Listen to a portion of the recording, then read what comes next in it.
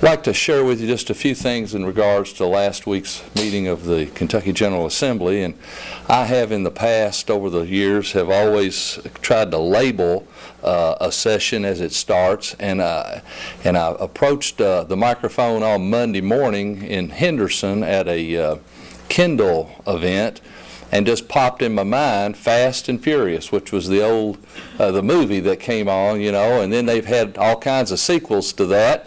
So, I forecast that we'll have probably more Fast and Furious. And here's the fast part of it is really no problem for somebody who's been there. All the issues, save one, has been through the legislative process, and we voted on them and seen them around. So that was not the problem with that. But the one issue that I have to share with you, because the legislative process as it's written in the Constitution of both the United States and in Kentucky is to be a deliberative type of thing. It's not how fast you can do it, it's how thorough you can be and let all sides come in and have conversations and give it direction. I mean, that is what is important. That's why we have multiple levels of approval for an issue in a bill, and it goes through one chamber, the House of Representatives or the Senate, depending on what the issue is, and then it goes through the other side, and you all know the story.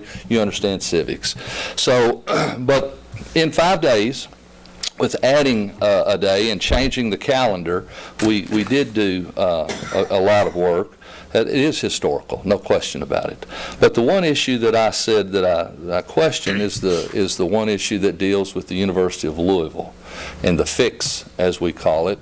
All of the legislators understood the issue that we had with the University of Louisville. There were many issues, and I don't need to drag that out.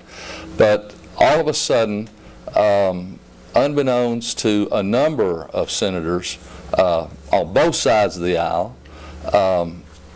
we went to a committee meeting and walked in the door with one set of papers that dealt with who's liable for a dog bite. The owner, the lessor. And as soon as I walked to the door, they took that away from me and handed me one that no one had seen, save 2 or 3 legislators that and it deals with the U of L fix. And the University of Louisville, we're all probably big blue. I don't know how many Red fans, Cardinal fans in here, but I share with you, this has nothing to do with that. The University of Louisville puts out $1.2 billion into the Kentucky's economy every year, and those of us in the Green River Area Development District see part of that cash that rolls through because of the University of Louisville through our state budget process. And the point is, we've got to keep U of L sound, and we don't need them to have any additional credentialing issues with a group called SACS, which is the Southern Association of Colleges and Universities that they accredit the University of Louisville.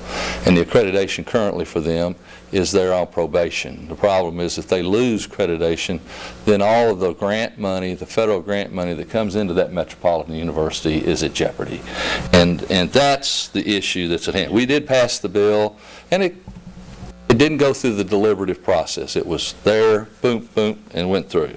So that's the issue with that one. I have a little, it might be the best thing since sliced bread, but today I don't, we don't know till we see. And I can tell you that the tax reform and pension oversight, pension transparency, a change to pensions in Kentucky will take place. The latest rumor is that it'll take place after Labor Day in a special session that probably will last 5 days, Monday through Friday. And but there'll be time for everyone to have the opportunity to give input into that as the governor turns from this current session and focuses on that short session of special session.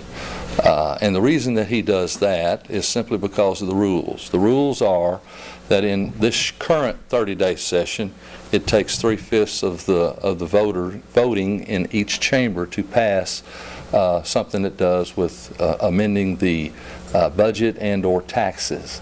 In a special session, it will be just like we have in our longer session. It's just the majority. So I look forward to that. I look forward to hearing more from the governor as he gives his State of the Commonwealth speech early next month.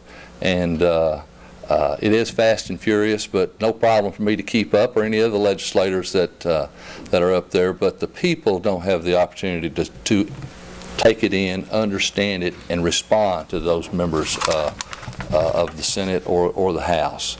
And that's what's so important. I appreciate the opportunity to serve. I appreciate being on this board, and look forward to any questions that you all might have in the future. Thank you.